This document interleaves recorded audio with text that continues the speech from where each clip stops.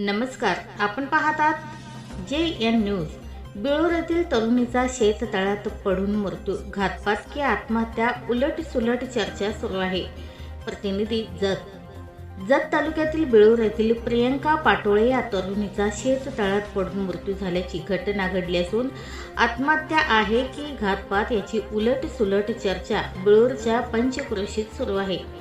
याबाबत अधिक माहिती अशी की प्रियंका पाटोळे, वय वर्ष 19, हे BSc भाग 1 या वर्गात शिकत असून गेल्या 4-5 दिवसापासून ही तरुणी बेपत्ता होती। याबाबत ही तरुणी हरवल्याची तक्रार संबंधित पालकांनी जत पोलीस ठाण्यात दिली होती। मात्र शुक्रवारी जिरगायाळ रोड येथे पाटोळे यांचे शेत असून या शेतात शेततळे आहे। या शेततळ्याच्या मध्ये प्रियंकाचा मृतदेह आढळला आहे। तिच्या मृत्यूबद्दल बेळूर पंचक्रोशीत उलट-सुलट चर्चा सुरू असून प्रियंकाने आत्महत्या केली आहे की तिचा घातपात झाला याची कुजबूज सुरू आहे। पोस्टमार्टम अहवालासाठी मिरज येथे पाठवण्यात आले आहे। पोस्टमार्टम अहवाल आल्यानंतरच प्रियंकाने आत्महत्या केली की तिचा घात झाला हे कळणार आहे। अधिक तपास जत पोलीस करीत आहेत।